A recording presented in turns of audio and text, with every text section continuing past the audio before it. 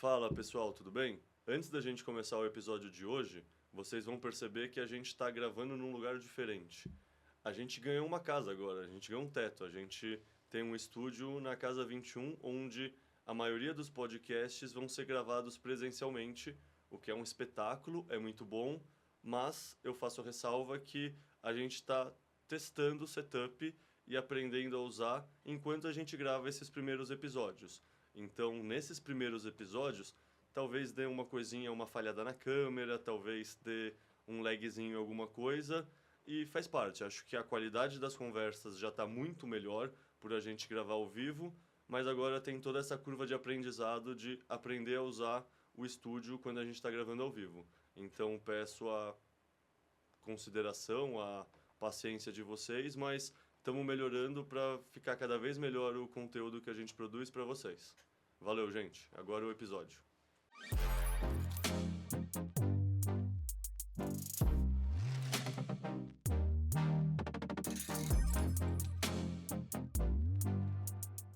Perfeito. Não, mas é isso, tipo, então, sei lá, primeiro bem-vindos, assim, muito legal poder falar com vocês. E aí, curtiram a SetsConf? Sim. Foi a minha primeira vez no Brasil. Nunca tinha cá vindo. Fiquei um bocadinho assustado com o tamanho desta cidade. Eu sei. Gigante. Mas a conferência foi muito gira e muitos parabéns ao Lucas pelo trabalho que tem feito aqui, que é incrível. Foi muito bom, e especialmente também ver uma conferência em português, não é? Que todas as outras conferências são sempre em inglês, mesmo na Madeira havia muita gente internacional mais, então aqui foi bom ter isso. Mesmo na Madeira, então, as conferências vocês fazem em inglês como língua principal, e só se tiver um painel com alguns convidados que falam português, que aí faz em português o painel? Não, é assim, foi a primeira conferência que fizemos, portanto só houve uma, e a próxima vai ser só daqui a 4 anos. Podemos falar um bocadinho sobre isso depois também. Mas nós tivemos muita sorte, porque a quantidade e a qualidade dos speakers foi inacreditável. Tivemos lá todos os nomes maiores da área e 99,9% eram estrangeiros. Portanto, nós optámos por fazer a língua oficial do evento em inglês. Não havia muita volta a dar. O que fizemos foi, ao redor do evento, houve muitos eventos satélite, e um deles, que foi até aqui organizado pelo Henrique e pela comunidade 21 em Portugal, que também existe, neste caso foi pelo grupo Aceita Bitcoin, que é gerido pelo Tiago e pelo o Objeto. Aliás, o Tiago também trabalhava para a Lightning Labs, se não me engano. O Lucas trabalhava até agora recentemente. Ele agora fez um anúncio que ia se dedicar em exclusivo aqui ao projeto da Casa 21 e da... Imagina a loucura que é organizar a SetsConf, Casa 21 e toda 21, e ainda está trabalhando na Lightning Labs de período integral. Eu imagino perfeitamente. Aliás, foi uma das razões que só decidimos fazer a conferência de 4 em 4 anos. Mas isto para dizer que tivemos um evento satélite no dia anterior à conferência 100% em português. Na altura chamámos de Introdução ao Bitcoin. Era o Bem-vindo ao Bitcoin. Bem-vindo ao Bitcoin. Era especialmente para pessoas que não tinham ainda. Para locais, para portugueses, portanto falado muito de iniciação ao que era o Bitcoin, no dia prévio à conferência. Mas depois a conferência em si foi 100% em inglês. Perfeito. Bom, a gente começou já entrando numa visão mais aprofundada, mas vamos dar um passo para trás. Quem são vocês dois? Quais, sei lá, o que vocês fizeram na sua vida antes de conhecer o Bitcoin? Porque assim, eu sempre procuro mostrar isso para o pessoal que está acompanhando a gente conhecer o convidado, assim, né? Saber, ainda mais que a primeira participação num podcast aqui no Brasil, sabe? Acho que o pessoal não sabe quem são vocês dois, assim, a não ser que a pessoa esteja realmente muito focada no ecossistema. Então, comecem contando quem são vocês, o que vocês estudaram, qual foi a história de vida de vocês até chegar no Bitcoin. Bem, a história de vida toda, vamos lá. Vou tentar resumir aqui. Eu sou o André Loja, sou natural da Ilha da Madeira, portanto sou residente lá na ilha. Depois podemos falar um bocadinho sobre a Madeira também. Pai de família, 4 filhos. E sou a expressão em inglês é um college dropout. Portanto, eu estava a estudar engenharia, mas não gostava de engenharia, sempre quis fazer outras coisas. Acabei por ir trabalhar na televisão, trabalhei muitos anos na televisão, o que foi ótimo, porque acabei como realizador desportivo de grandes eventos, o que me deu a oportunidade de viajar um pouco pelo mundo inteiro, especialmente para o Médio Oriente e muito em África também. Mas sempre quis, sempre tive aquela energia para fazer qualquer coisa para mim, e acabei por iniciar empresas na Madeira. Hoje em dia tenho várias empresas de diversos ramos. E pronto, mas a dado momento da minha vida o Bitcoin entrou forte, e acho que como qualquer Bitcoiner queremos contribuir para a área. Eu não sou de tecnologia, portanto não sou developer, não sou nada, mas acabou por ocorrer naturalmente. O primeiro projeto que fiz na área foi a Monstera Books, porque sendo Bitcoiner andava à procura de literatura sobre o Bitcoin em português e não havia nada de boa qualidade.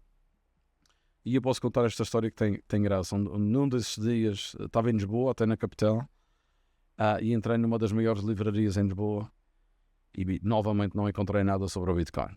Mas, ao sair da livraria, vi aqueles top 10 de livros mais vendidos, e no 6º lugar, não interessa, estava um livro sobre cripto, cheio de shitcoins. E aqui divertiu-me imenso como Bitcoiner, como deves imaginar. Mas percebi naquele momento, mas espera, mas se isto é dos mais vendidos, quer dizer que há interesse sobre a área, claramente. Há aqui uma oportunidade de tentar colocar livros bons, de melhor qualidade, sobre o Bitcoin apenas nas livrarias portuguesas. E arrisquei, eu não tinha experiência nenhuma sobre, portanto, editoras e publicação, mas já tinha outros negócios, o que ajuda, já tinha experiência empresarial, vá lá. E decidi mandar uma mensagem ao Jeff Booth, porque eu gostava muito do livro, já tinha lido o livro The Price of Tomorrow em inglês, e achei que fazia todo o sentido haver esta versão portuguesa. E o Jeff Booth foi incrível, e só numa mensagem de um gajo que ele não conhecia de lado nenhum, disse que sim, e foi o primeiro passo. Abri uma empresa, publiquei o livro em português e depois comecei a mandar mensagens a outros autores de livros que eu também gostava. E tudo foi mais fácil depois de ter a relação com o Jeff Booth e com outras pessoas na área. Portanto, lancei a Monstera Books e começamos com a edição, que podemos falar mais tarde, vai começar agora a ser também distribuído no Brasil. E depois foram passos naturais. Apareceu a oportunidade de levar o presidente da Madeira a Bitcoin Miami. Numa conversa casual com o presidente, eu joguei-me de cabeça e disse que podia ajudar na estratégia de trazer mais empresas de tecnologia para a Madeira e tudo mais. O presidente acabou por aceitar, depois de longas conversas e de muito boa gente da rede, incluindo o Jeff Booth, o Samson Mao e o Daniel Prince, que também tiveram conversas com o presidente. Conseguimos convidá-lo com a ajuda da BTC Magazine, na altura a BTC Inc., que organizava portanto, a BTC Conference. Levámos o presidente a Miami e o resto é história. Tudo nasceu a partir daí, a Free Madeira nasceu a partir daí, a Bitcoin Atlantis depois nasceu a partir daí e pronto, e continuamos com o nosso trajeto. Perfeito, eu tenho muitas dúvidas de tudo que você falou, mas primeiro deixa eu deixar você falar, senão a gente já entra direto no detalhe. Eu quero primeiro saber de você também. Ok, então eu sou desenvolvedor, mas antes disso também aqui como o André passei por outras coisas, desde música, áudio, vídeo, fotografia e eventualmente peguei num hobby que tinha já desde os 12, 13 anos e então comecei a trabalhar profissionalmente como desenvolvedor. E aqui depois a ligação ao André e à Free Madeira foi eu quando percebi que estava a acontecer isto na Madeira, e também porque eu tenho a minha mãe é da Madeira, então eu tinha essa ligação e comecei a ficar muito interessado com o que era esta iniciativa. Então entrei em contacto com o André e pronto, ofereci-me para colaborar, para ajudar, e o André eventualmente convidou-me a fazer parte e é isso. E agora estou também com o André aqui na Monstera, o tal projeto que ele falou sobre os livros, e é esse o meu envolvimento, e estou à frente da parte de educação da Free Madeira. Perfeito. Bom, acho que como a gente está fazendo um podcast para o brasileiro, eu acho que o primeiro passo é contextualizar o que é Madeira. Porque, assim, provavelmente muitos dos brasileiros nunca nem olharam Madeira no mapa para saber onde ela fica, se ela é perto da Espanha, perto, sabe, é um estado que nem qualquer outro em Portugal. Então, expliquem pra gente o que é Madeira e, sei lá, contextualiza um pouco mais. A Madeira é uma pequena ilha no meio do Atlântico. Aliás, é um conjunto de 2 ilhas habitadas e mais algumas desabitadas. Mas tem as 2 ilhas principais, que é a Madeira propriamente dita, portanto a Ilha da Madeira e a Ilha do Porto Santo, um pouco mais pequena. Fica relativamente perto das Ilhas Canárias, portanto de Espanha, portanto mais perto da costa de Marrocos, no norte da África, do que de Portugal.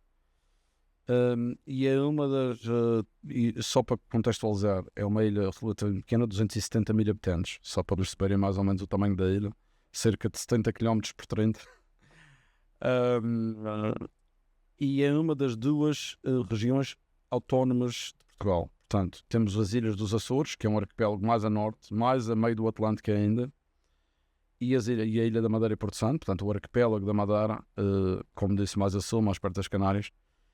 Ambas têm, portanto, um governo próprio, um presidente e um parlamento, e são semi-autónomas. Vá lá. Eu penso que autónomas é uma palavra muito forte, porque na verdade não têm poderes para decidir tudo o que querem por si próprias. Ainda estão muito ligadas ao governo português e à União Europeia, por consequência. Mas pronto, temos mais liberdade para poder adaptar muitas das leis e das decisões de uma maneira mais regional.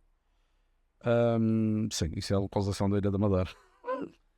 Eu lembro nesse Bitcoin Conference que você comentou, assim, eu já ouvi falar de Ilha da Madeira, um dos lugares que meu avô foi, que ele falava que era um dos lugares mais bonitos que ele foi na vida, mas assim, eu não sabia que tinha um presidente, e aí apareceu o presidente falando que ia, não sei se era legal tender propriamente dito, mas que ia incentivar a adoção na Ilha da Madeira. Pois.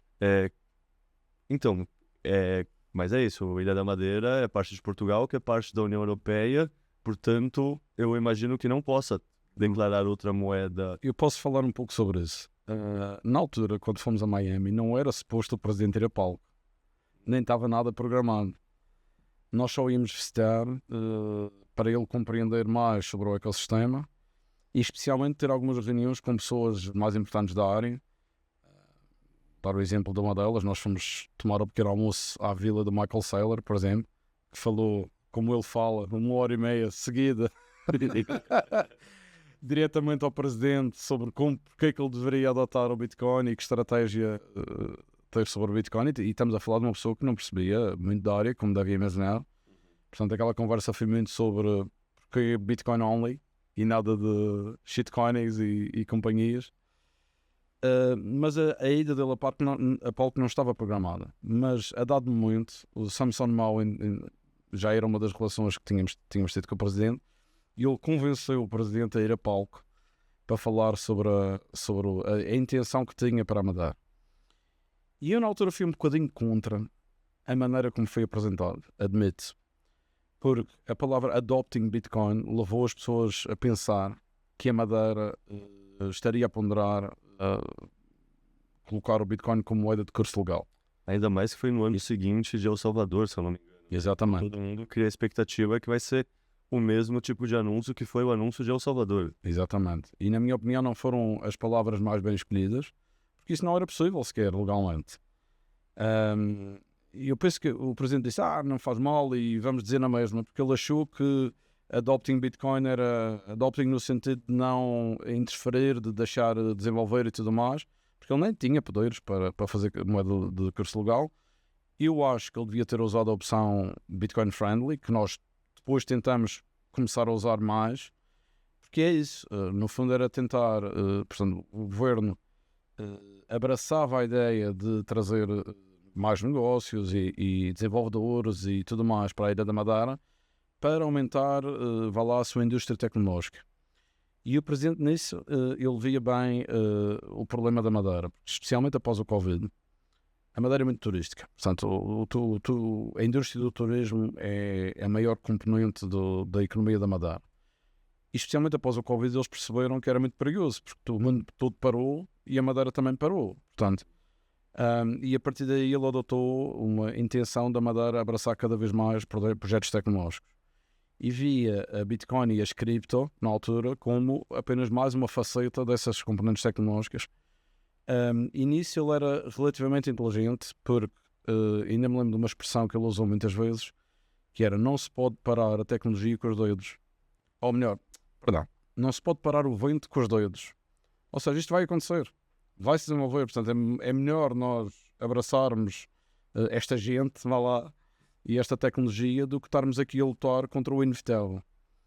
E nisso, daí ele nos ter apoiado desde o início, não financeiramente, mas apenas narrativamente, se quiseres pôr dessa forma, e de uma forma de não interferir com o trabalho que estávamos a fazer, e até apoiar abertamente. Aliás, ele apoiou-nos durante a conferência, com o Vânio que nos arranjou, e o apoio político. Portanto, fez alguns convites a alguns dos oradores e tudo mais. Portanto, deu um apoio importante para o nosso arranque.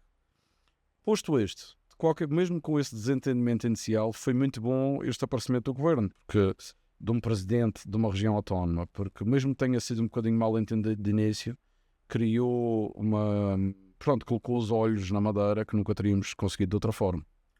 Não, isso é justamente o próximo ponto que eu ia trazer, porque pelo que eu entendi, você não é nativo de Madeira e agora você foi para Madeira.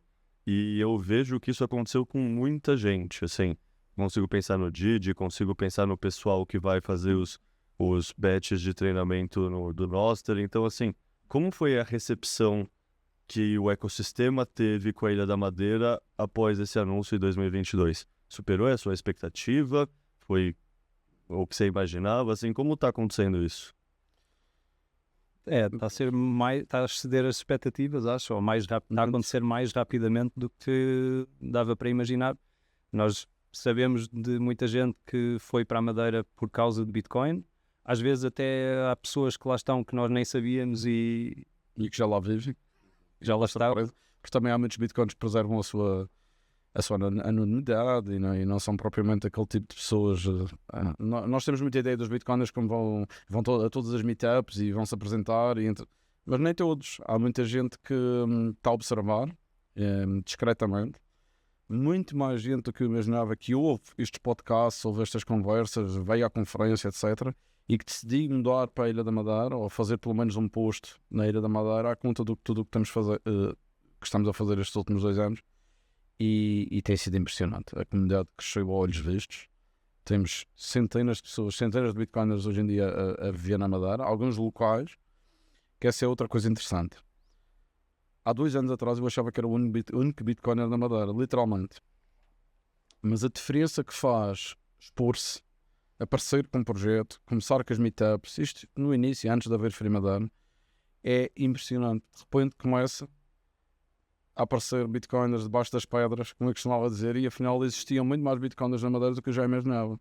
E algumas pessoas, sovereign individuals, indivíduos soberanos, que já tinham viajado para a Madeira ainda antes de haver projetos de Bitcoin, apenas porque a Madeira tem um fator essencial, que é a sua qualidade de vida. A Madeira é realmente um sítio fantástico para se viver, portanto, às vezes quase nem é preciso promover a Madeira, portanto, as pessoas já gostam da Madeira pelas condições inatas da ilha, onde temos um bocadinho de tudo, porque temos uma condição privilegiada. Para o bem e para o mal, a Europa também trouxe coisas boas. Houve um desenvolvimento muito grande nas últimas décadas de Madeira, em termos de infraestrutura tecnológica, de qualidade de vida em geral, de serviços, e é uma cidade muito cosmopolita também pelo turismo todo que tem. Portanto, tem gente de todo o mundo a toda a hora, tem muita cultura, tem muito boa comida, natureza, bom tempo, portanto... e já havia essa comunidade lá mesmo sem sabermos, e só quando eu me expus e comecei a lançar este projeto é que eles apareceram. Perfeito. Então, no fundo, sei lá, 2 anos atrás você achava que você era o único bitcoiner que tinha na Madeira, você começou um projeto e começaram a aparecer mais bitcoiners, tanto que já eram residentes na Madeira, quanto que viajavam pelo mundo e gostavam da Madeira, quanto que simplesmente viram o que estava acontecendo na Madeira por conta dessa participação no evento e resolveram ir para a Madeira conferir como é que era.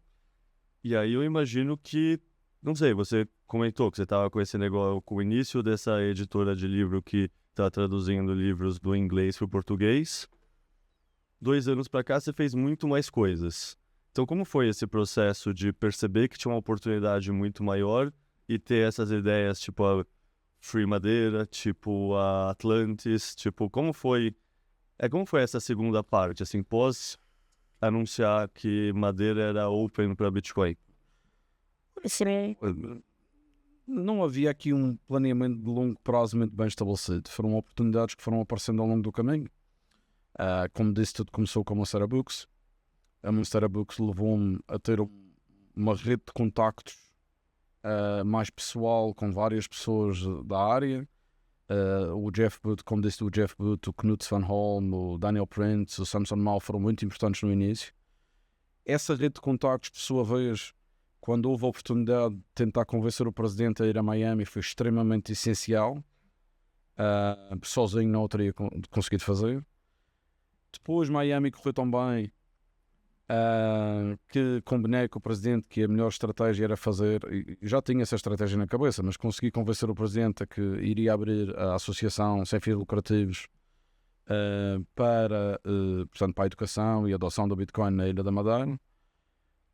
E tivemos a sorte, através dessa rede de contactos, portanto, o nosso advisory board da Free Madeira é composto por gente incrível. Explica o quê? Free Madeira é uma sigla. O que é Free Madeira? Sim, Free Madeira significa Fórum Regional para a Educação Económica. Nós queríamos um nome isento, porque não queríamos que fosse... sabes como é que é? O Bitcoin no mainstream ainda é muito conotado negativamente, especialmente há 2, 3 anos atrás. E nós queríamos ser conotados como uma empresa que iria se focar na literacia financeira. Obviamente, que o Bitcoin seria...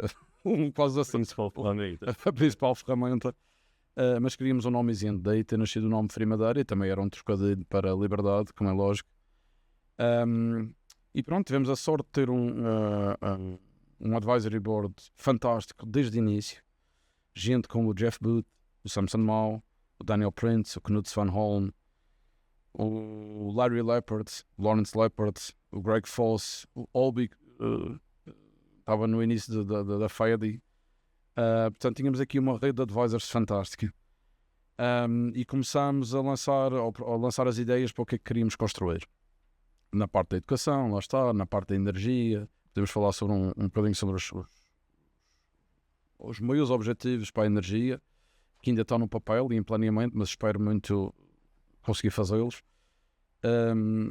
E no meio disto tudo, eu tive a ideia, estávamos a ter reuniões semanais com o Advisory Board, e a dado momento eu lancei a ideia de fazermos uma conferência lá na Madeira, para chamar a atenção sobre a Madeira, para trazer pessoas de fora, tentar convidar locais, governo, empresas, a tentar perceber um bocadinho mais sobre o Bitcoin, para alavancar o início da associação. Mas devido ao Advisory Board, de repente começou a tomar umas proporções que eu não imaginava que ia tomar. A ideia inicial era trazer só o Advisory Board à Madeira, fazer uma coisa pequena, mas depois começaram-se a juntar nomes como o Jack Dorsey e o Michael Saylor e o Jack Mallers e tudo mais, e tomou proporções gigantes. Eu confesso que esse ano foi a conferência que mais me deixou com fome e que eu não fui e me doeu não ter ido, foi a Bitcoin Atlantis, muito mais do que a Bitcoin Conference nos Estados Unidos, assim, ou mesmo a que tem semana que vem, quando a gente está gravando aqui, que é a Adopting Bitcoin em El Salvador, que é uma conferência que eu já fui também e adoro, mas eu já fui para Açores também, antes de eu trabalhar com Bitcoin, eu fiz carreira acadêmica, graduação, mestrado e doutorado em geologia, e eu estudei em uma província metalogenética, ou seja, um lugar que tem depósitos minerais, entre Portugal e a Espanha, que chama aquela faixa piritosa ibérica. Ok. E aí tinha um congresso português de geologia em Açores. Também fazem uma conferência de Bitcoin nos Açores. Não, de geologia. Não, mas estou eu a dizer, também fazem uma lá. Fazem? Fazem, né? Mais técnica. Mais técnica, chama-se a BTC. Aliás, estava aqui um rapaz aqui em cima na Casa 21 com uma t-shirt dessa conferência agora. Então agora tem uma desculpa boa, Que era... duas ilhas. Quem organiza essa conferência é o Kevin Lueck, da Wizard Sardine, que são os que têm também a wallet Liana. Ele mora lá na Ilha Terceira e eu acho que este ano não houve, por acaso. Acho que este ano não houve, mas este ano não houve. Mas eles fazem uma conferência muito técnica lá, BTC Conference Açores, e pronto, tens outra oportunidade para visitar os Açores também. Eu não conheço Madeira, quero conhecer, já falei que meu avô foi, acho maravilhosa. Açores eu fui, achei fantástico, assim, belo demais, então se for o mesmo tipo de ambiente, assim, não tem como não ser lindo. É diferente, mas também é bonito. É uma beleza diferente dos Açores. Sei. Bom, mas deixa eu dar um passo atrás aqui. E você falou que você não é natural de Madeira, certo? Sim. Então, em que momento você viu tudo isso acontecendo e quando você resolveu entrar nesse bonde? Então, talvez como tu, eu vi o anúncio do presidente da Madeira em Miami. Pronto, na altura fiquei entusiasmado, não é? Mas também não entendi bem o que é que aquilo queria dizer. E foram passando os meses, na altura não havia assim muito mais informação, porque também não havia nada ainda em concreto a acontecer. E eventualmente, agora penso que isto foi na conferência em Amsterdão em outubro, talvez, de 2022. Quando fizemos a apresentação oficial da Frima 2. Aí sim havia tinham feito um mini documentário, então iam passar em Amsterdão. Tenho que falar sobre essa viagem, é verdade. Essa viagem foi essencial para o que a Frima Madeira é hoje. Pronto, eu vi que o André ia lá estar nessa apresentação, então mandei-lhe mensagem pelo Twitter. A seguir à apresentação encontrei-me com ele, começámos a falar, eu mostrei-me disponível para ajudar. Pronto, também, para além de isto estar a acontecer na Madeira, que era em Portugal, deixou-me mais interessado ainda por eu ter essa ligação à Madeira e então fiquei interessado em ajudar no que pudesse e pronto, a partir daí comecei a estar envolvido. Então conta dessa viagem, se ela foi tão importante, o que aconteceu? Foi. Não, esse foi um ponto importante aqui entre a viagem a Miami e lançarmos a Frima Madeira, tínhamos esquecido deste. Eu decidi fazer, portanto, depois de Miami houve tanta gente que ficou interessada, incluindo, portanto, formámos o Advisory Board, convidei aquela gente toda para se fazer parte do Advisory Board, mas ainda não tinha estrutura montada, não tinha nada. E decidi convidar, com o apoio do governo aí nessa altura, que eles apoiaram-nos, em algumas viagens dos bitcoiners que vieram e estadias. Consegui fazer uma viagem de exploração à Ilha da Madeira, com o Advisory Board todo, portanto, eles vieram durante uma semana à ilha. Nós mostramos a ilha toda, tivemos várias reuniões com vários departamentos do governo, a Companhia de Energia Local, etc. Portanto, e na altura convidamos o Max da Marco, que também esteve aqui na SatsConf, e o Aaron, o que trabalhava com ele nos vídeos, e fizemos um vídeo do que tinha sido, então um resumo do que tinha sido a viagem, e esse vídeo que eu nem imaginava, porque o Max ofereceu-se para fazer aquele vídeo, como qualquer Bitcoiner queria contribuir, e eu na altura disse, sim, está bem, podes filmar, tipo, mas não foi uma coisa pensada. Teve um impacto muito maior do que eu imaginava, tornou-se quase viral o vídeo, porque tinha as imagens da Madeira que eram fantásticas, ele filmou com o drone e fomos a sítios lindíssimos e fomos ao governo e as reuniões com o presidente e com tudo, e aquilo teve um impacto no Twitter, obviamente, no Bitcoin Twitter, muito maior do que eu imaginava. Eu lembro desse vídeo, eu lembro dessa época que eu adoro o Jeff Booth, adoro o Greg Foss, o Daniel Prince, são Bitcoiners que eu sempre segui e gosto de acompanhar, então eu lembro quando eles estavam se juntar e fizeram uma excursão pela Madeira, eu fiquei, puta, queria estar lá. Mas é incrível. Eu acho que esse vídeo teve tão ou mais impacto do que o presidente ter ido ao palco em Miami. Teve muito impacto mesmo. E depois a segunda visita, lá está, aquela que o Henrique estava a referir, quando finalmente formalizei legalmente a associação e o presidente novamente foi a Amsterdão connosco e apresentamos portanto, fomos a palco falar sobre o lançamento da Frima Madeira, tive também muito impacto. Nessa altura que acho que as pessoas realmente perceberam que não era só uma coisa etérea que tinha sido lançada, porque lá está, quando foi lançado foi rápido demais, não havia estrutura, não havia site, não havia nada. Mesmo que tivesse criado alguma atenção, não houve segmento porque as pessoas não tinham informações. Era uma carta de intenções. Exatamente. Eu posso dizer até, desculpa interromper, só para quem estava de fora, que era o meu caso, eu vi aquilo como mais um político a tentar ganhar alguma coisa com o Bitcoin. Então o que eu vi ele foi ali a palco, disse umas coisas, mas depois não aconteceu mais nada. Como o prefeito de Miami fez nessa época. Exatamente. Pronto, mas claro que já estavam a acontecer estas coisas, estava a ser formada a Frima Madeira, pronto, tudo isto que o André estava a fazer nessa altura. Pois, mas essa desorganização inicial, vá lá, foi um pouco, porque em Miami ninguém estava preparado para que o presidente fosse a palco, nem nunca imaginei que ele fosse aceitar, mas estes políticos também são malucos. E ainda bem, e tudo aconteceu por causa disso, mas quase que nos forçou a lançar a coisa, até porque uma das coisas mais importantes para mim como Bitcoin era a minha reputação. E acho que depois do Bitcoin, dele ter prometido uma coisa da causa, e disse: não, isto agora vai ter mesmo que acontecer e vai ter que acontecer bem. Senão, o da minha vida sem eu saber que exatamente. ainda cai. Exatamente. Porque senão vão dizer: ok, então tu levaste o presidente, não aconteceu nada, desculpa, és um aldrabão. Obrigado a Não, fazer. eu vou ter que fazer isto bem. Portanto, foi uma grande razão para isto ter acontecido. Que maravilhoso. Bom, mas isso é final de 2022, mais ou menos. A viagem foi em junho de 2022. Portanto, a conferência foi em março. Eu consegui levar os Bitcoiners em junho de 2022 e depois lançámos oficialmente em outubro, que foi a conferência em Amsterdão, exatamente. E a partir então de outubro de 2022 em Amsterdão, começou a chover Bitcoiners novos na Madeira. Como foi isso? E como vocês organizaram isso? Porque você tem um cowork também, por exemplo, a gente está gravando aqui na Casa 21, aqui é um cowork que vários Bitcoiners, tanto de São Paulo quanto de outros estados do Brasil, vêm para ficar um tempo trabalhando junto, etc. Isso surgiu na Madeira também logo depois dessa viagem? Como foi? Não, foi mais gradual. É assim, começou a haver muito interesse, mensagens e tudo mais, mas lá está, nós ainda não tínhamos uma estrutura propriamente estabelecida. O cowork é um negócio meu, mas já havia antes, muito antes de ser Bitcoiner até, infelizmente. Lancei em 2013. Se fosse Bitcoiner desde 2013 era maravilhoso, mas não foi o caso. O cowork já existia e era um cowork normal, portanto, felizmente um negócio que estava a correr bem e depois nós expandimos para um sítio maior e está a funcionar muito bem. Mas não é um cowork de Bitcoin nem nada que se pareça. Mas como estava associado a mim e no fundo eu era a cara da Free Madeira, as pessoas acabavam por ir lá bater e tivemos muitos Bitcoiners lá a trabalhar e até o projeto Sovereign Engineering hoje em dia acontece dentro do cowork. Mas um dos grandes planos da Free Madeira é fazer também uma coisa semelhante aqui à Casa 21 e ao Bitcoin Park.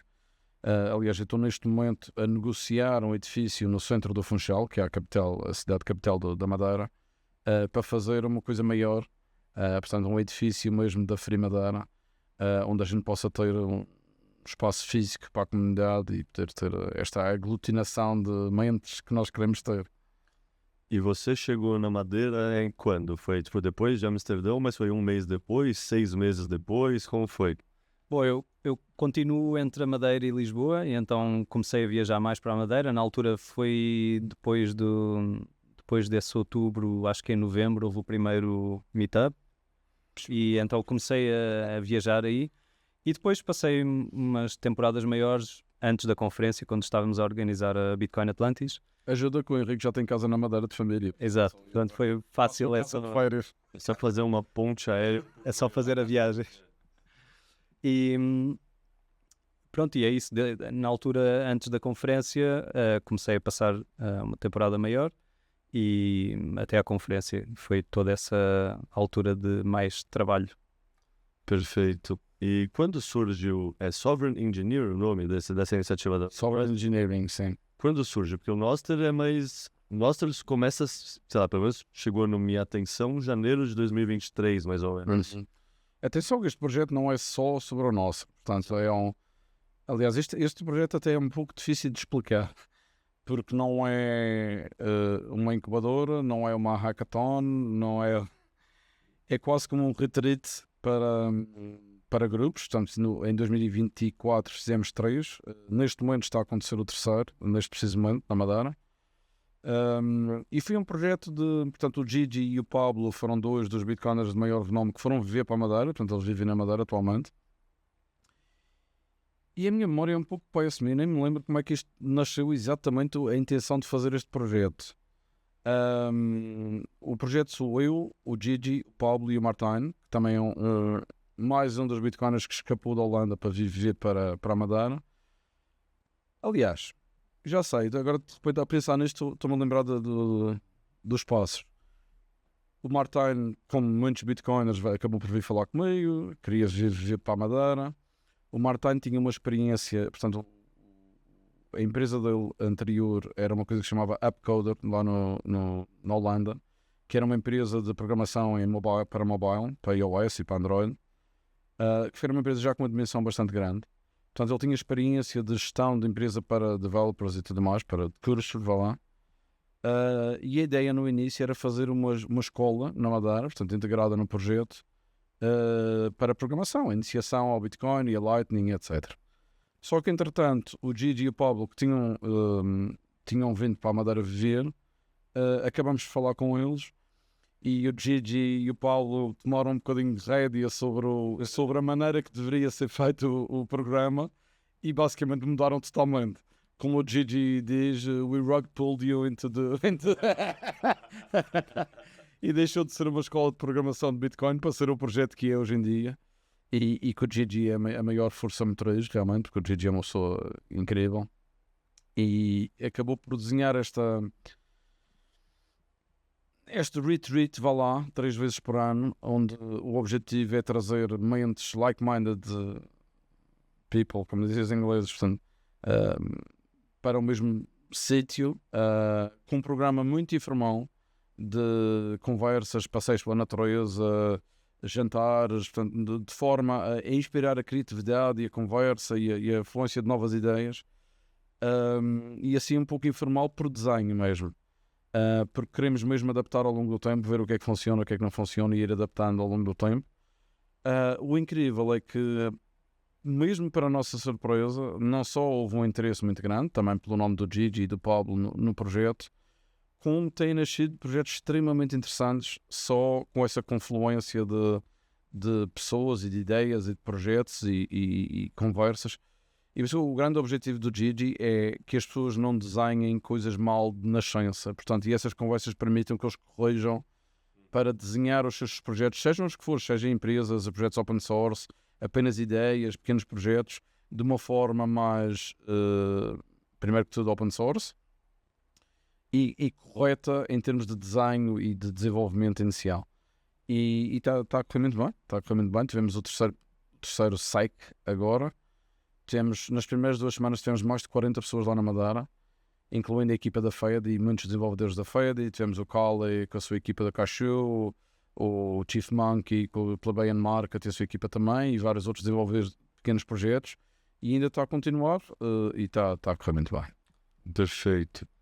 Uma coisa que acho que é inevitável fazer é comparar Madeira com El Salvador. Tipo, os dois foram anunciados na Bitcoin Conference com 1 ano de diferença. E aí, El Salvador eu fui em 2021 e assim, o pessoal do Brasil fica com a impressão que em El Salvador, em qualquer lugar que você vai, todo mundo está usando Bitcoin só porque agora virou legal tender, né? E isso é longe da verdade. Na verdade, sei lá, na Bitcoin Beach tem um pessoal que usa mais, em São Salvador também, mas em outros lugares não é que todo mundo já conhece, entende e usa o Bitcoin.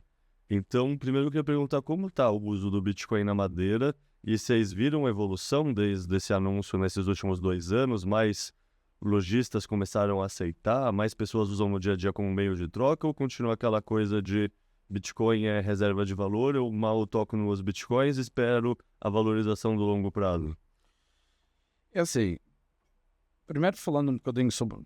El Salvador não pode ser comparado à Madeira, e nós tocamos um bocadinho no assunto. Por exemplo, a Madeira não tem poder, sequer, mesmo que quisesse, não tem poder para colocar o Bitcoin como moeda de curso legal.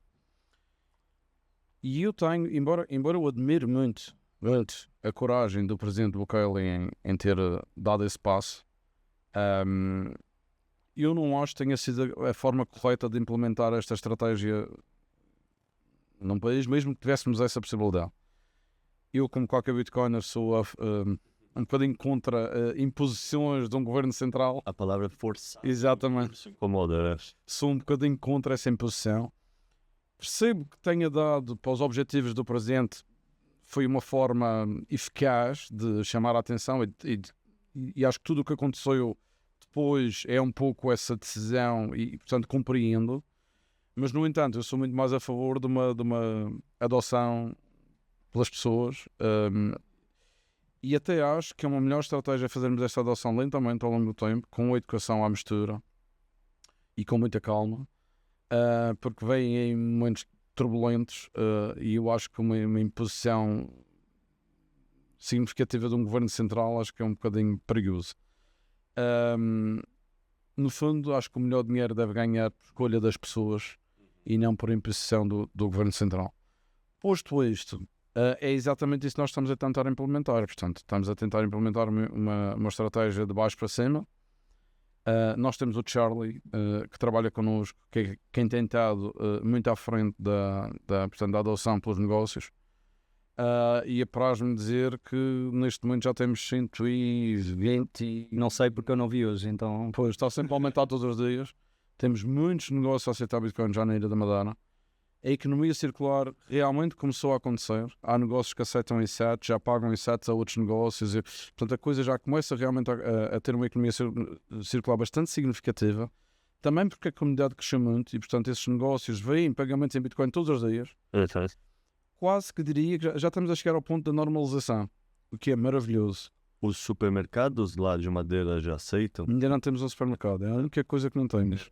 Mas já temos pequenas mercearias. Muito bom, porque conversando com o pessoal de Volante, que é uma cidade no sul do Brasil, que também está com esse esforço de economia horizontal e circular, eles falaram que o que fez diferença foi quando o mercado passou a aceitar. Porque vamos falar que eu recebo as sats na minha farmácia. Bom, talvez eu não queira ir comprar equipamentos agrícolas, talvez eu não queira... Mas no mercado tem tudo o que eu possa querer. Então é muito, sei lá, como se fosse um catalisador dessa questão circular quando um mercado, um lugar que você consegue fazer suas compras do dia a dia, passaram a aceitar. É verdade, e nós ainda estamos à procura de ter um supermercado, ou pelo menos uma rede de supermercados que aceitem Bitcoin, mas já temos, por exemplo, muitos de direct to consumer. Por exemplo, já é possível comprar vegetais, e-mail, o que já ajuda bastante. E nos outros 120 e tal negócios que já temos, tem uma variedade muito grande. Portanto, praticamente já se consegue viver num Bitcoin standard na Madeira, desde o dentista, à farmácia, ao restaurante, aluguer de carros, alojamento, sei lá, tem de clínicas, já tem imensos negócios diferentes. Gelados... Desculpa, é uma coisa que tem estado a acontecer muito rapidamente, porque... este esforço começou assim de maneira mais organizada há talvez um ano e... Nem tanto. Antes disso havia o quê? Um café? Nem tanto, foi especialmente depois da conferência. Exato. A conferência foi em março apenas, portanto há 6 meses. É que o Bitcoin é que nem cachorro, né? Um ano passa 7, assim. Você fala de anos do cachorro. Aliás, eu ainda fico chocado de pensar que a conferência foi este ano. Para mim a conferência já foi num passado distante. Quase uma década. Já aconteceu muita coisa entre a conferência e agora. Tanta coisa. E mesmo, portanto, na altura da conferência havia ainda poucos negócios. Nós tivemos ali um esforço, o Charlie começou a trabalhar nisso exatamente antes da conferência, para quando viessem as pessoas à Madeira já haver alguns negócios. Mas a verdade é que a partir daí também a conferência deu alguma visibilidade ao Bitcoin na Madeira. Então já se sente que são os negócios a vir ter connosco a pedir a nossa ajuda e não nós a ir aos negócios. Já está rolando por conta própria. Temos lista de espera agora.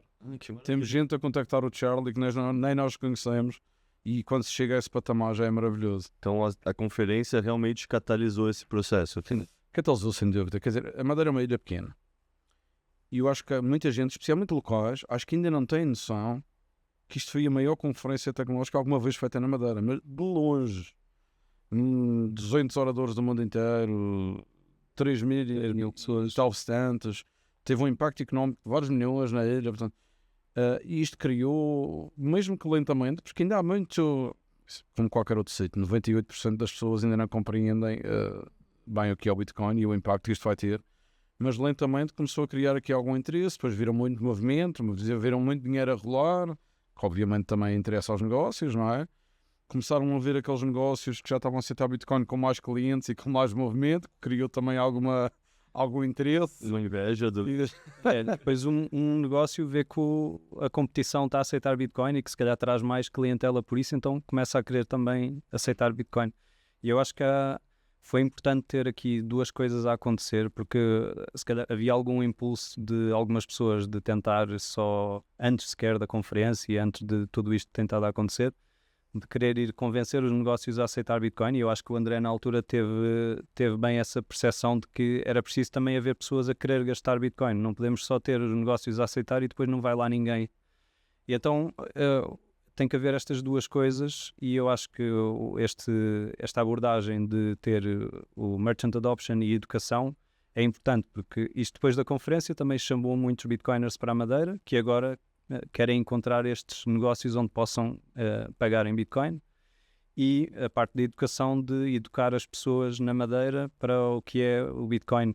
Como o André disse, nós achamos que o melhor dinheiro vai ganhar, então parte do nosso trabalho também é mostrar às pessoas como é que o Bitcoin é o melhor dinheiro, então trazer cada vez mais pessoas a querer poupar e gastar em Bitcoin. E acho que esta estratégia tem que ir sempre par e passo. Não se pode ter os merchants todos sem ter a comunidade a usar realmente o Bitcoin. Não se pode começar os programas educativos sem ter primeiro algum impacto, ou seja, de certa forma a população perceber que aquilo se calhar é importante para o futuro delas. Portanto, se calhar no início da Madeira, se tivéssemos feito logo os cursos, não iríamos ter lá ninguém.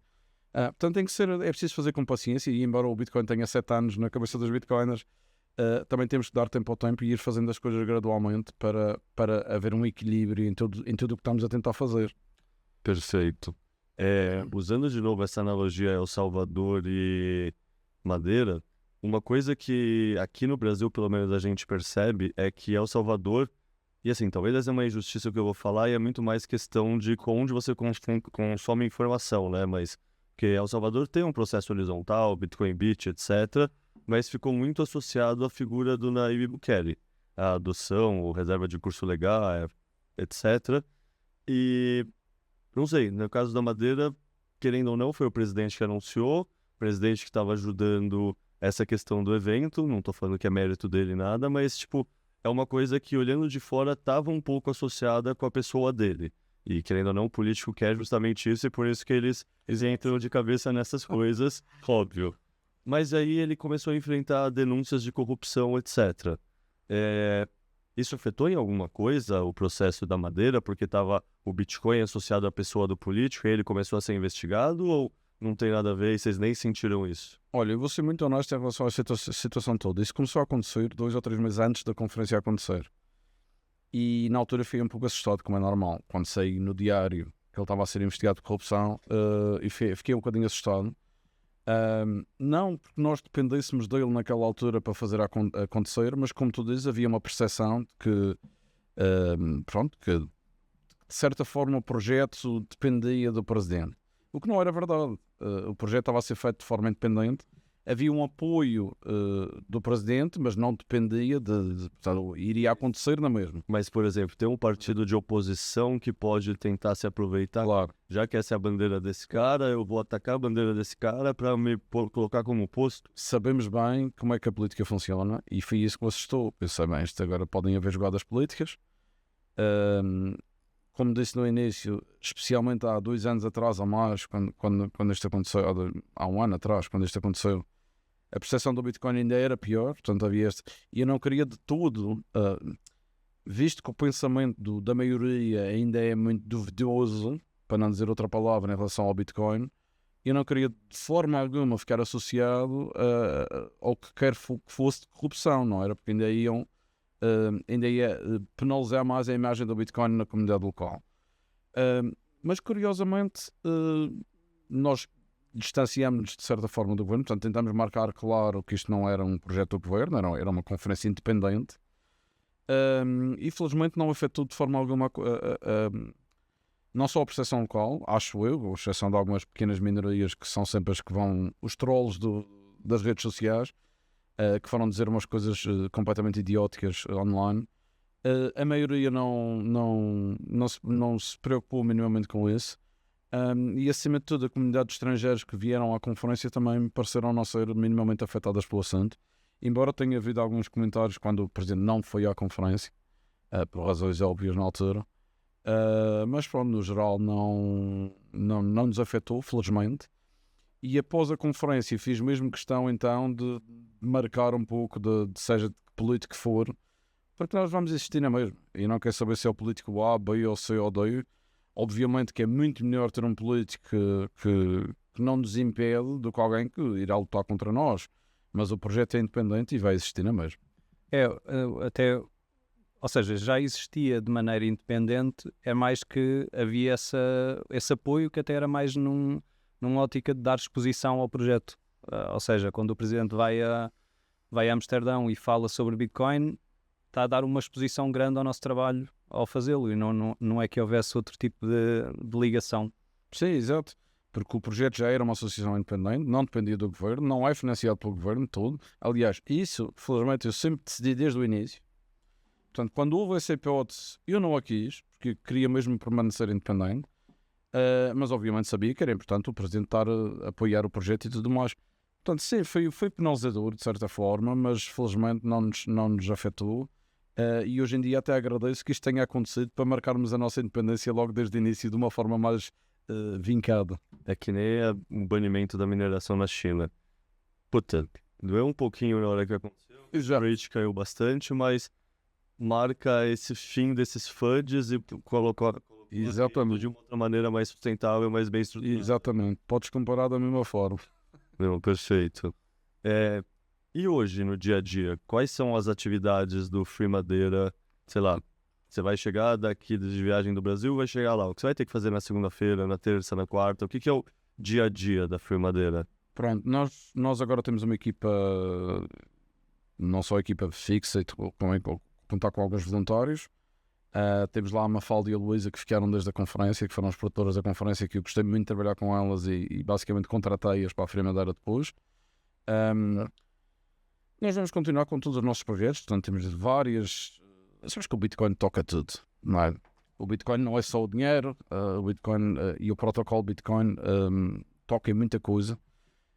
E há muita coisa do protocolo Bitcoin que acho que podemos aproveitar na Madeira. Não só, como o Henrique falou, e é ele o principal líder dessa parte educativa, portanto começamos com os cursos. E esses cursos são para quem, Henrique? Assim, são para jovens, são para todas as idades? O pessoal que ainda não entende Bitcoin e Madeira, tem algum foco assim ou é para todo mundo?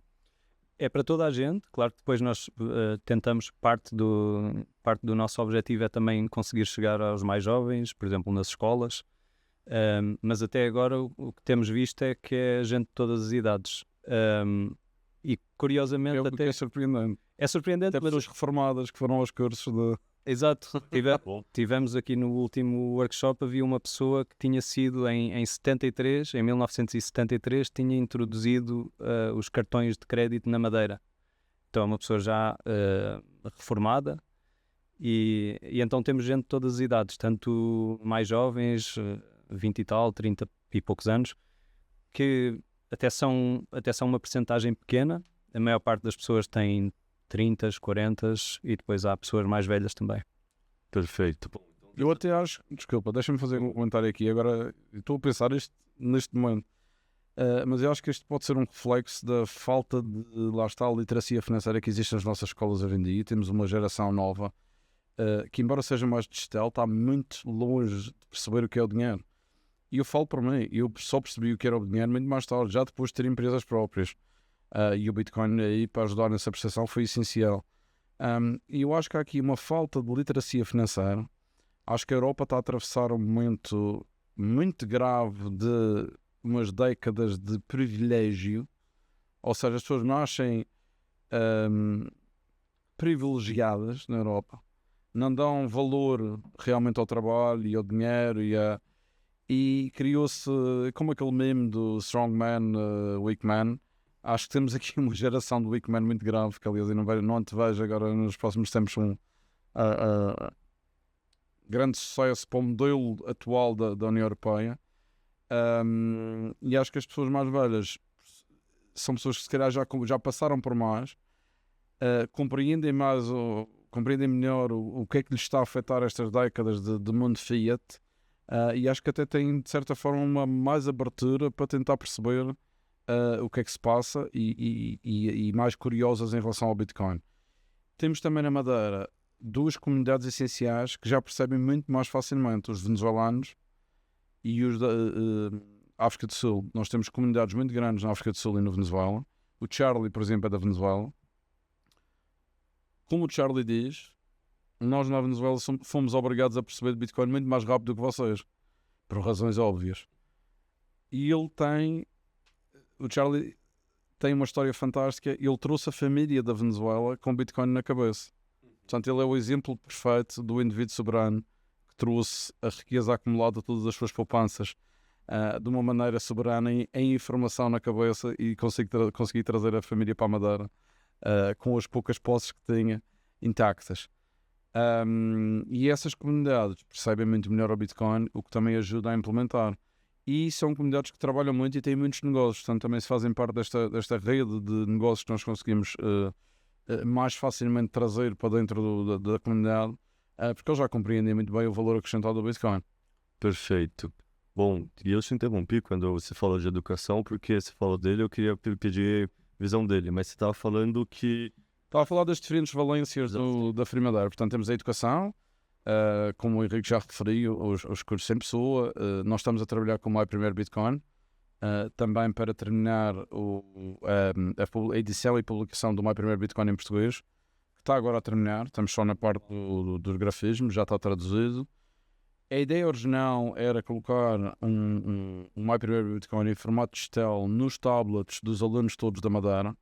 Só que isto tem que ser feito em parceria com a Secretaria da Educação e ainda temos que ver se vai possível, porque a primeira conversa que tive com ele já foi há algum tempo atrás e na altura lá está, era um membro do governo do Miguel Albuquerque, que agora não se sabe se vai continuar, se não vai continuar, portanto se calhar vou ter que fazer esse trabalho de novo, mas esse é um dos objetivos e vamos ter pelo menos os livros editados e publicados para tudo o que seja necessário para fazer os cursos. Aliás, o My Primeiro Bitcoin agora também tem cursos desenhados para in-person e tudo mais. Trabalhamos também com o Looking Glass Education, do SEB e do DAS. Já traduzimos alguns dos cursos deles, o primeiro curso de Fundamentos do Dinheiro e tudo mais em português, que queremos também disponibilizar no nosso site e eventualmente até fazer algum curso mais específico sobre as origens do dinheiro e os fundamentos do dinheiro com a ajuda deles. Portanto, são vários projetos ligados à educação de formas diferentes e com diferentes estratégias. Importante para nós também é a atração de investimento para a Ilha da Madeira. Portanto, existe a parte da captação de famílias, de negócios, obviamente tudo ligado à área do Bitcoin. Como disse, a Madeira é ótima, porque já atrai naturalmente as pessoas devido à sua qualidade de vida. E esse é outro paralelo que para mim tem muito a ver ao Salvador e Madeira, que assim, eu vejo muito americano, muito canadense indo para El Salvador e mesmo para Costa Rica no Bitcoin Jungle. Por quê? Porque tá num lugar que não tem sol, tá num lugar que não tem clima bonito, não tem um mar, assim. E pra mim, e aí você me corrige se eu estiver errado, mas eu sinto que muitos europeus fizeram isso com a Madeira. Sim, e não só europeus, muitos americanos e canadenses também. No fundo, malta tudo, até daqui do Brasil. Nós temos, ainda ontem conheci na conferência o Bernardo, que já me queria saber como é que eram as casas e tudo, porque quer pegar na mulher no filho e ir para... Embora vocês no Brasil tenham sítios fantásticos também para se ver, atenção. Mas aqui não tem tanta segurança, provavelmente. Sim. Pois talvez, e isso é um dos fatores que a Madeira também tem, muita segurança, é um sítio extremamente seguro. Nós temos muita coisa a nosso favor, mesmo retirando o Bitcoin da equação, e isso ajuda muito. E no fundo nós aproveitamos um movimento que já estava a existir e que foi exponenciado pós-Covid. Já se falava muito, obviamente, e já havia uma comunidade muito grande de digital nomads, expats, etc. A gente à procura de um bocadinho cansados das grandes cidades, como é que se diz, o rato que anda na roda e de estarem sempre a trabalhar contra o tempo. Aliás, temos lá um Bitcoiner que tem um livro sobre isso, o Rob, e que fala muito desse processo, dessa mentalidade fiat, que as pessoas estão presas nessa corrente. E no fundo a Madeira já estava a atrair muita gente para lá. O Bitcoin foi só quase a cereja em cima do bolo e que ainda atraiu mais gente com esta intenção, não é? Acho que na Europa talvez até também porque em Portugal havia e continua a haver um tratamento mais favorável para o Bitcoin e cripto em geral, então Portugal, por exemplo, Lisboa captou muita gente, infelizmente também muitos shitcoiners. Acho que Lisboa é talvez a capital. Era a capital shitcoin da Europa. E então, felizmente, acho que a Madeira está a tornar a capital do Bitcoin. Aliás, isso foi propositado, a gente quis mesmo diferenciar, porque até há 2 anos atrás não havia lei cripto em Portugal. Não por nenhuma intenção do governo, eu diria até que era por inação só e por incompetência, nunca sequer pensaram no assunto. E então era quase como um paraíso, não era um paraíso fiscal nas cripto. Mas é que você falou lei do governo português, mas eu sei que recentemente a União Europeia passou uma coisa de regulação. E aí, desculpa a ignorância minha aqui de brasileiro que não vive na União Europeia ou em Portugal, mas qual grau de autonomia Portugal tem para propor uma legislação, sendo que está dentro da União Europeia? Eu acho que essa legislação é MiCA, não é? Sim, deve ser. Ok. Mas acho que tem mais a ver com as corretoras e o comprar, fazer... Não é taxação sobre o indivíduo. Isso é uma regulação sobre os negócios, sobre as exchanges e as wallets e etc. Aí os países têm autonomia para definir a sua própria taxa. Ou seja, O MiCA é... A União Europeia, tal como todos os outros países, tem coisas muito complicadas de se perceber também. É como os Estados, é um bom exemplo, vocês aqui têm os Estados e os Senados e depois quem é que manda aqui, quem é que pode fazer o quê, às vezes é um bocadinho confuso. Nos Estados Unidos é a mesma coisa e acho que na Europa também não é diferente, especialmente desde que a União Europeia está implementada desta forma, em que existe um secretariado em Bruxelas que tudo decide, mas a verdade é que existe muita flexibilidade ainda dos Estados-membros. Há coisas que se misturam, há obrigações, mas depois há outras que são recomendações.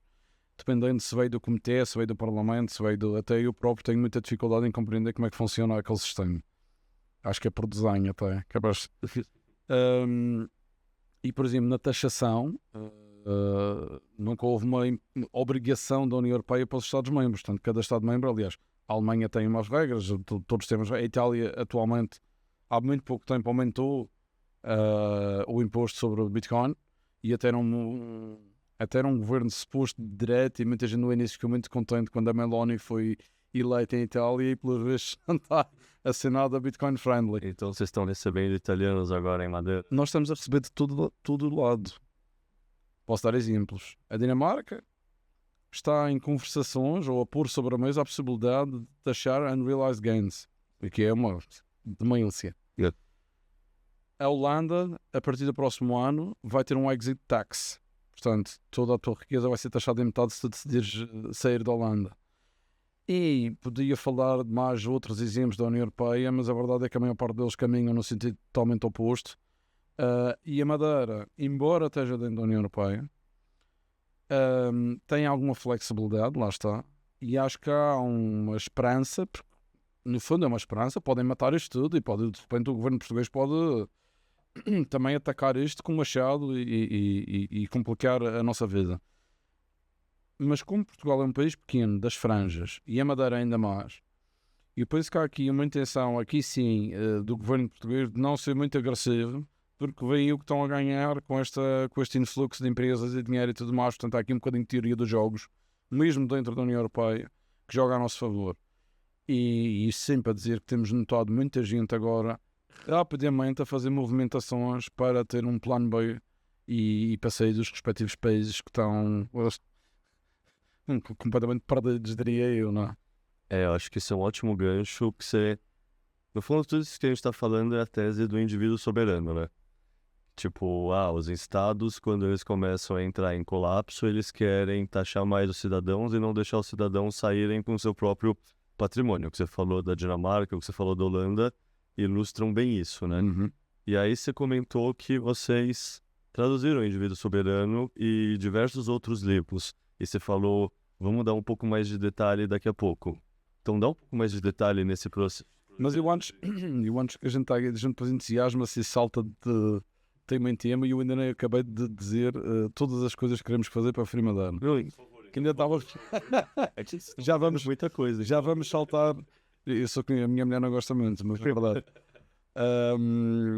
Só para terminar, porque há aqui uns pontos que eu acho que são essenciais também no objetivo, pelo menos pessoalmente são coisas que eu realmente quero implementar no Madeira, que acho que podem ser ainda mais transformadoras do que a parte educativa e da adoção e dos negócios e tudo mais. Se bem que uma está ligada também aos negócios, portanto, um dos grandes objetivos é fazer o nosso espaço físico, portanto, no Fachão. Eu acho que isso vai ser um passo extremamente importante, especialmente no olhar local sobre o que é este projeto, sobre a reputação, sobre o facto de termos um espaço de co-work, a parte legal, a parte dos workshops, tudo no mesmo sítio e de uma maneira mais coesa. Acho que vai ser extremamente importante. E os tais projetos de energia que eu gostaria mesmo de implementar na Madeira. Eu acho que a energia, a mineração e o que a mineração pode fazer pela Madeira é extremamente importante. Madeira é uma ilha vulcânica? A Madeira é uma ilha vulcânica, mas o vulcão está inativo. Não temos geotermal, infelizmente. Aliás, mas isso é uma das razões. Nós temos muito pouca independência energética. Ainda 70% do mix de energia da ilha é diesel, que é importado, portanto chega de barco, diesel e gás natural também. Houve uma aposta muito grande, também pelas metas da União Europeia, da implementação da energia renovável. Foram gastos milhões e milhões e milhões em projetos de energia renovável na ilha, incluindo barragens para fazer baterias de água, para tentar captar a energia que era produzida a mais, lá está por esses projetos de energia renováveis, que nós sabemos que têm uma variabilidade muito grande e muitas vezes quando estão a produzir não são na altura que são consumidos, portanto há esse problema de mismatch entre a produção e a procura. E a verdade é que passados décadas, milhões e milhões de investimento neste tipo de projetos, a Madeira ainda depende em 70% de energia importada.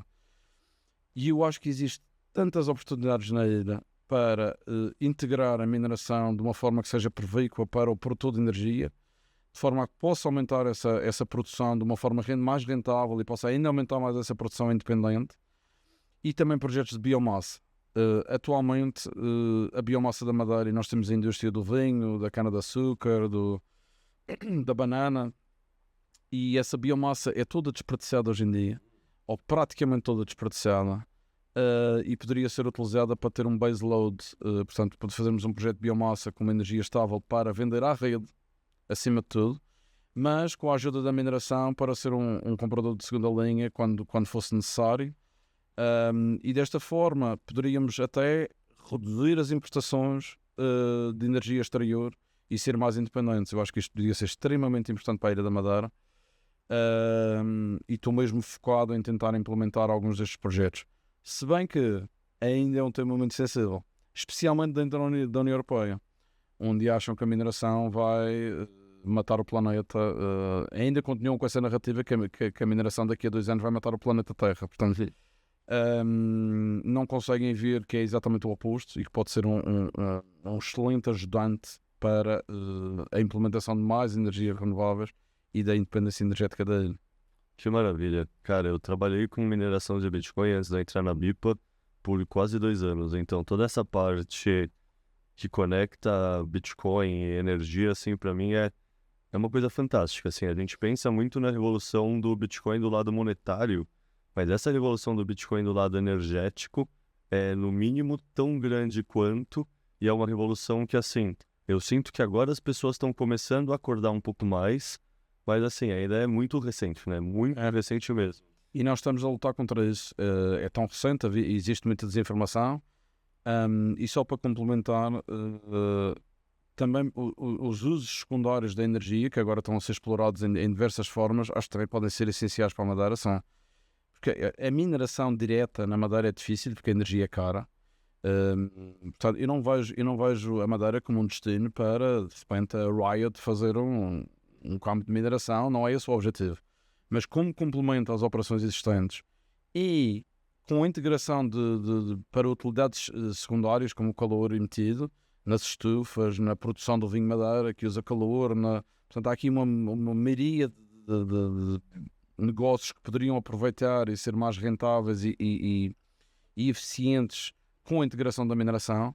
Para mim é um dos aspectos mais mind-blowing do Bitcoin, e um daqueles que eu quero mesmo tentar passar a informação e educar os atores que têm peso e têm capacidade de decisão na matéria. Pô, que maravilha. E só que quando você falou, eu não comentei, mas acho que vale comentar, que assim, eu lembro quando o Lucas comentou comigo, isso foi em janeiro de agora de 2024, a ideia de fazer esse espaço aqui, a Casa 21. E, por um lado, eu achei muito legal, mas eu confesso que eu não tive a visão, assim, sabe? Eu queria ver para entender acontecendo, porque eu não sabia se ia ter demanda ou não, se ia ter gente que ia vir aqui, assim. E, cara, tipo, assim, qualquer coisa que eu conseguisse imaginar, isso aqui tá 10 vezes mais legal, sabe? É impressionante como se torna um sub para a comunidade local. A maior surpresa de tudo isto, e já falamos um bocadinho disso, sobre quão surpreendidos ficamos com tudo o que aconteceu com a firma até hoje. Um dos outros memes que está muito correto é o Build It, They Will Come. Exato. E tem um terceiro aí que é uma frase do Tormer Stormlight, que trabalhava na Swan, que eu lembro quando ele falou, ainda era OPSEC, eu ainda não trabalhava em nenhuma empresa de Bitcoin, eu estava só estudando, tinha um site que traduzia textos do inglês para o português para divulgar no Brasil também, mas era só uma coisa voluntária, e a frase é: You take care of Bitcoin and Bitcoin take care of you. E isso também é tão verdade quanto, assim, sabe? Você, no fundo, tudo que você está contando é o quanto você, como Bitcoiner, se envolveu e resolveu fazer mais pela comunidade, e você nem imaginava, provavelmente, todas as portas, todas as possibilidades, todas as oportunidades que isso ia abrir para Madeira, para você como pessoa, assim. Tudo o que contribuiu para o Bitcoin devolveu em tenfold. E foi incrível. Outro dos, hoje em dia é um grande amigo, adoro o Knut. O Knut fala muito da relação com o Bitcoin como amor, e a relação entre a comunidade Bitcoiner que realmente quer contribuir, e é incrível. A verdade é que até hoje só tenho recebido apoio não remunerado. Ninguém faz isto por dinheiro, apenas apoiam-se uns aos outros, e a verdade é que nascem coisas incríveis desta colaboração. Não, perfeito. Cara, eu acho que eu já... Quero ir agora ao indivíduo soberano. Por favor, obrigado. Boa. Ok. Falo então, já percebemos que aqui no Brasil há uma grande procura por este livro, por mais literatura à volta de Bitcoin e liberdade, mas este livro em específico é um que ainda falta, não é? Sim. E Melhores, assim, é um dos melhores livros que eu li na vida, e assim, eu queria poder comprar para ter o físico na minha estante, assim, mesmo já tendo lido, porque é um livro fantástico, assim, os caras em 97, 98 conseguiram descrever tudo o que está acontecendo no mundo hoje em dia, assim, é verdade. é espetacular. É um livro perfeito. Então, aqui na Monstera, nós traduzimos o livro, e agora o que podemos falar talvez um pouco mais é que temos esta parceria para distribuir os livros aqui no Brasil e em português do Brasil. Então acho que vai ser bom trazer essas obras todas, e o Indivíduo Soberano, sendo uma delas, vai passar a estar disponível aqui no Brasil. Nós fizemos uma parceria, ainda hoje tivemos com o César, conhecemos pela primeira vez em pessoa o César, aproveitamos que estávamos aqui no Brasil. O César tem uma empresa que se chama Sedate, portanto uma editora que é aqui em Campinas, e dentro da editora eles têm várias submarcas, e lançaram agora então uma submarca que se chama Axis. Penso. Axis. Lançado agora muito recentemente, portanto eles vão começar, já têm 3 livros editados, porque eles estão a trabalhar com outras marcas também, que têm outras editoras, que tenham livros sobre Bitcoin e soberania e liberdade. Vão lançar 3 livros já, que é o Red Pill, que é um livro de um brasileiro, do Renato, o Bitcoin Standard, portanto o Standard Bitcoin em português brasileiro, e tinha mais um que era do lá está, não é relacionado com o Bitcoin diretamente, mas que explica aquela como os ricos ficam mais ricos por estarem a pé da fonte do O efeito Cantilão. O livro desse senhor que deu nome ao efeito Cantilão. Exatamente. E agora, no início de 2025, vão começar a lançar também os livros da editora, da nossa Monstera, a começar por todo dividido por 21 milhões do Knut Van Horn, o livro do Gigi, o 21 lições, o Preço do Amanhã, e o Graças a Deus pelo Bitcoin, portanto o Thank God for Bitcoin, e vão agora o Indivíduo Soberano e todos os outros que temos em linha de carteira, como por exemplo o Broken Money da Lynn Alden. Vamos editar também em brasileiro os livros do Alex Gladson, aquele sobre o Hidden Repression, sobre o IMF e o World Bank, é um livro que eu fiquei abri muito da minha visão sobre estas instituições. The Genesis Book, do Warren Van Veerden. Portanto, vários bons livros que vão ser lançados em breve, e que vocês vão ter disponível tanto fisicamente nas livrarias, como obviamente através da Amazon. Já temos a versão portuguesa de Portugal, mas vão passar a ter a versão brasileira também. Portanto, em livro digital e eventualmente audiolivro. Vamos ver se conseguimos lançar esse também. E vão ter também disponível a seguir, já falamos com o César de manhã, eles vão estar disponível a seguir quando houverem conferências aqui no Brasil, com bancas próprias e tudo mais, para poderem comprar os livros finalmente aqui no Brasil. Pô, não vejo a hora. Não vejo a hora mesmo, assim, acho que a gente de fato é muito carente, assim, eu tenho alguns desses livros que você citou, mas todos em inglês, Broken Money, Check Your Financial Privilege, o Bitcoin's Venice, mas assim, tem em português, sem dúvida, torna muito mais acessível para a grande maioria dos brasileiros que não fala português no dia a dia, quer dizer, não fala inglês no dia a dia. E fora isso, ter na biblioteca, é o que você falou, dá um verniz de reputação maior, e querendo ou não, a gente é Bitcoiner, a gente não necessariamente se importa tanto com o argumento de autoridade. Mas para a grande maioria das pessoas, ter um livro na livraria, às vezes ele vai estar só na seção finanças, tem um livro de Bitcoin. Nossa, tem outro livro de Bitcoin. Pô, talvez seja a hora de eu começar a prestar atenção. É verdade. Não é mais só uma coisa que um bando de maluco tem avatar tá falando no Twitter. Tá na livraria aqui com capa dura. Torna a coisa mais credível. Exato. Aliás, esse foi o grande objetivo de ter lançado a Mocera Books em Portugal. Fazia-me confusão. O meu objetivo era ter os livros físicos nas livrarias, porque acho que isso faz uma diferença incrível. E tu estavas a falar agora do Avatar, não são estes malucos com o Avatar. Eu tenho ainda, infelizmente, uma rede de amigos próxima, lá na Madeira, que não compreendem, gozam porque é que na conferência o gajo apareceu com a cara tapada. Não compreendem realmente os valores, gozam de uma maneira negativa, bastante negativa. E pronto, e é preciso realmente lentamente começar a pôr isto à frente dos olhos de toda a gente, até que eles percebam à força. Passar a tornar Bitcoin mais uma coisa acessível a massas. Exato.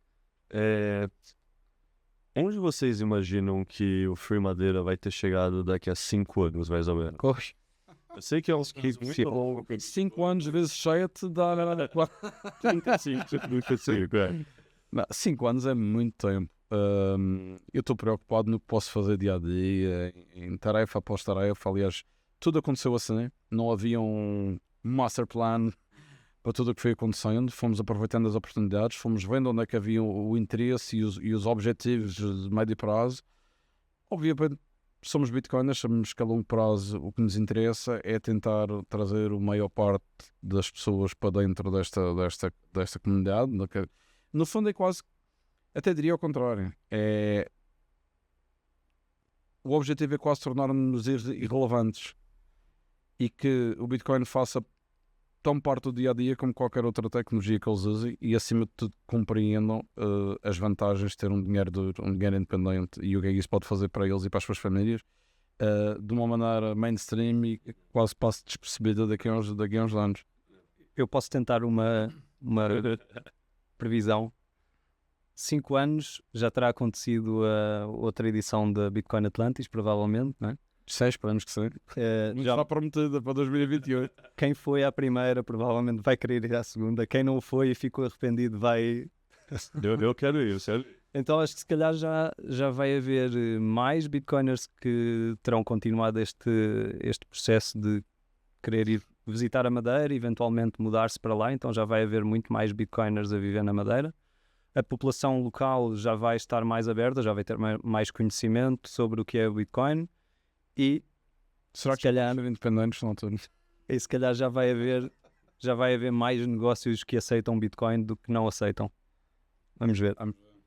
Perfeito. Eu costumo encerrar os podcasts que eu faço fazendo 2 perguntas. A primeira é: tem alguma coisa que a gente deixou de fora nessa conversa e que era importante a gente ter trazido?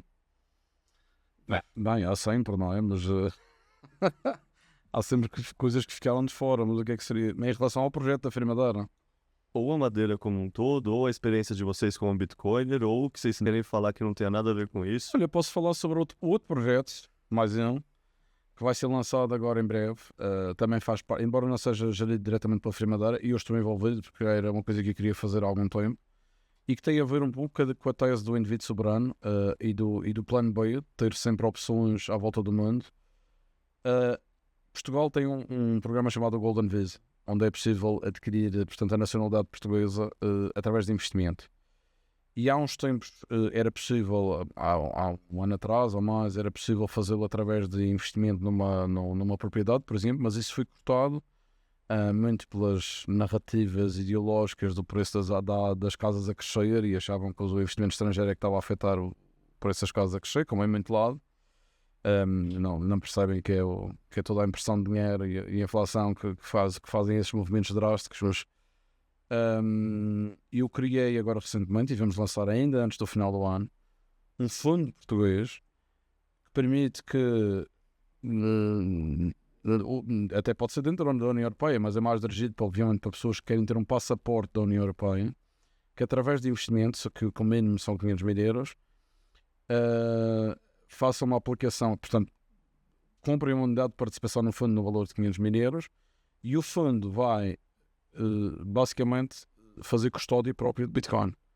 Portanto, não é para investimento em empresas ESG e coisas do género, que é muito do que acontece nos fundos atuais. Nós vamos ter uma empresa sediada na Madeira que vai ter 80% em custódia através da Unchained, numa carteira transparente que a todo momento podem ver os fundos que lá estão, e os outros 20% vão ser investidos no ecossistema VC do Bitcoin através do Eagle Debt Capital. E eu acho que vai ser uma opção excelente para outras nacionalidades que queiram obter um passaporte português, e estou muito satisfeito que vamos lançar esse fundo em breve. Pô, que maravilhoso, achei interessantíssimo mesmo. E aí a última pergunta que eu faço é, eu peço 2 indicações de livros, então para vocês vão ser 4. Um livro que tem a ver com Bitcoin, economia, sabe, alguma coisa que tem a ver com o nosso ecossistema, e aí o outro livro que não tenha nada a ver com isso, sabe? Poesia, ficção científica, sabe? Algo que você para ler quando você não quer saber de Bitcoin, quando você quer descansar a mente e não pensar nesse assunto todo.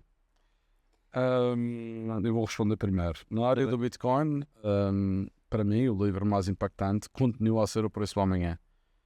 Maravilhoso. Porque embora também hoje em dia sou afortunado de ser amigo pai do Jeff Booth, que é uma das coisas incríveis que aconteceu na minha vida recentemente. Há 2 anos atrás nem conhecia o homem, idolatrava o Jeff Booth, e de repente falo com ele quase todas as semanas. É um dos meus pensadores favoritos também. Sai qualquer podcast dele, eu paro para escutar, que é maravilhoso o pensamento dele. É uma pessoa incrível, a quem eu tenho a felicidade de chamar amigo hoje em dia, que esteve na Madeira agora a semana passada novamente, que vai estar envolvido neste fundo comigo também, de certa forma, através da Eagle Debt, e vamos ser parceiros.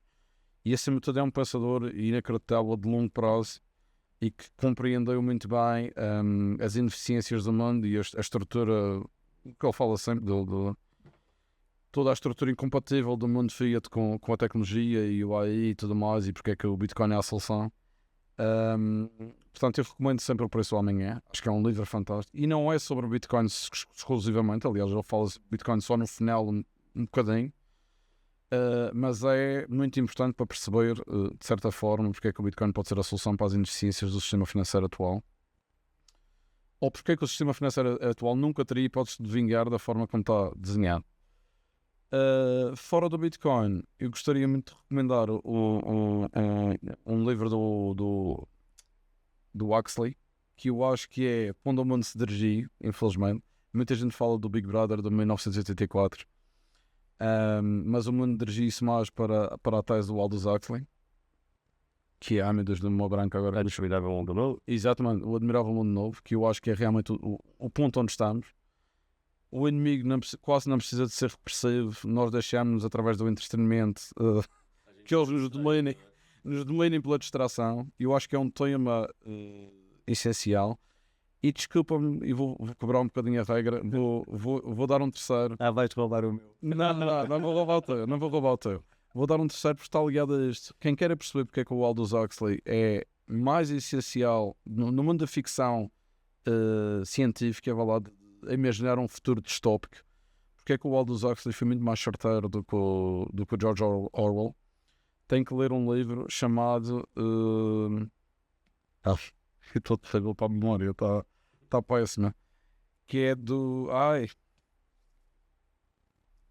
bem, eu vou-me tentar, enquanto ele vai dizer os livros, eu vou-me tentar lembrar e já explico depois. E já vou pesquisar. Bom, isto vai soar clichê, mas haverá quem ouça que ainda não leu, então o Padrão Bitcoin é essencial. Eu acho que continua a ser o livro mais importante para ler. Primeiro, claro, depois há muitos outros livros importantes. Vou dizer outro só como alternativa, mas eu acho que a Tese da Ascensão do Bitcoin é um livro muito bom também para quem ainda... Tese da Ascensão do Bitcoin é do BJ. The Bullish Case for Bitcoin. The Bullish Case for Bitcoin foi um dos primeiros textos que eu li para estudar o Bitcoin, quando ainda nem existia o livro. Igual. Era o texto que estava naquele curso que o Saylor lançou na Saylor Academy. É a aula 1, é a leitura do texto que ele fala. Ok, eu li esse texto quando era um artigo no Medium. Então também foi das primeiras coisas, se não a primeira que eu li. Então pronto, em Bitcoin é isso e fora de Bitcoin, Além da Democracia. Essa não conheço. É muito interessante também, é de 2 autores, Carol Beckman, como é? Nós temos, os livros já existem em brasileiro. Nós temos nós temos a licença para a versão portuguesa, que eu nunca tinha feito. Carol Beckman. Frank Karsten. Esse livro é fantástico. É um livro muito interessante e então aqui no Brasil chama-se Além da Democracia. É muito interessante. Explica-me porque é que a democracia nunca poderá funcionar. E é um livro curto e to the point, digamos assim. Estou a tentar encontrar isso, péssimo memória, não encontro o nome. Mas vou tentar explicar. A razão porque eu disse que ele me ia roubar é que foi o André que me emprestou esse livro para eu ler, então eu pensei que ele ia... Foi, mas não. Se calhar também fui influenciado porque estive a ler mais recentemente e um deles foi este, mas, meu Deus, a minha memória está péssima. Mas ele é escocês ou irlandês, agora se não me engano, e já tem... Aliás, acho que ele já é falecido. Escreveu estes textos em 1960 e troca o Lushman, se não me engano. Pronto, estarei um bocadinho enganado.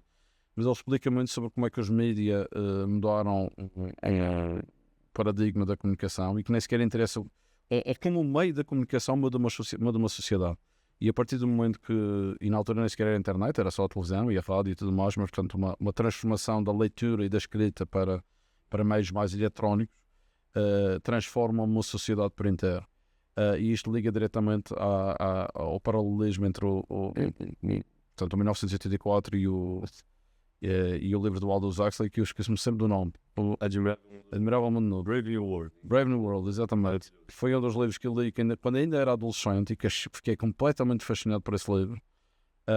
E tornou-se também um bocadinho perfeito, que está infelizmente a acontecer. Então, li esses 2 livros também, o Admirável Mundo Novo, em 1984, numa época que eu estava lendo distopias. Eu li uma outra que chama Nós também, que é muito boa, de um autor russo, eu não lembro o nome, mas eu gostei muito do que você trouxe, porque é isso, a gente foca muito em 1984, mas é isso, se você distrair as pessoas, no final das contas, todas as informações são públicas e são divulgadas, estão disponíveis, é só que o pessoal é distraído demais para prestar atenção.